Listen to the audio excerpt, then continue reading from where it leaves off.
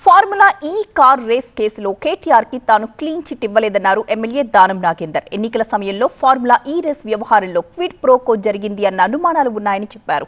Case విచారణ తరువాత అన్ని నిజాలు బయటకొస్తాయన్నారు. ప్రభుత్వానికి వ్యతిరేకంగా తాను ఎక్కడా మాట్లాడలేదని క్లారిటీ ఇచ్చారు దానం.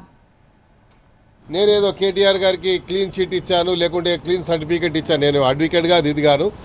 వాళ్ళు అడిగిన సందర్భంలో కేటీఆర్ గారి మీద ఆరోపణలు వచ్చినాయి కదా అంటే, ఎప్పుడైతే క్విడ్ ప్రోకో ఉంది అని చెప్పి ప్రభుత్వం కానీ అధికారులు కానీ లేకుంటే డిపార్ట్మెంట్ భావించినప్పుడు దాని మీద ఒక విచారణ జరుగుతప్పుడు ఆ విచారణ జరిగే సందర్భంలో నేను కామెంట్ చేయడం కరెక్ట్ కాదు.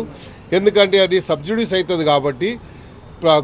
కోర్టులో ఉంది, అదేవిధంగా మన యాంటీ కరప్షన్ కేసులో ఉంది, అదేవిధంగా ఈడీ కోర్టులో ఉంది. కాబట్టి వాళ్ళు త్వరలో తేలుస్తారు. తేల్చిన తర్వాత అది ఎవరు మరి ఇందులో నేరస్తుడు అనేది తేలుస్తారు. తప్పకుండా అది బయటకు వస్తుంది. ఎందుకంటే చాలా క్లియర్గా ఎన్నికలు జరుగుతున్నటువంటి సందర్భంలో డబ్బులు ట్రాన్స్ఫర్ అయినాయి అని చెప్పి అన్నప్పుడే అక్కడే క్విడ్ ప్రోకో జరిగింది అనేది ఒక అనుమానం ఉంది. కాబట్టి దానికి మనము అందరూ అర్థం చేసుకోవాల్సిన అవసరం ఉంది. నేనేదో కేటీఆర్ గారికి క్లీన్ చిట్ ఇచ్చాను, లేకుంటే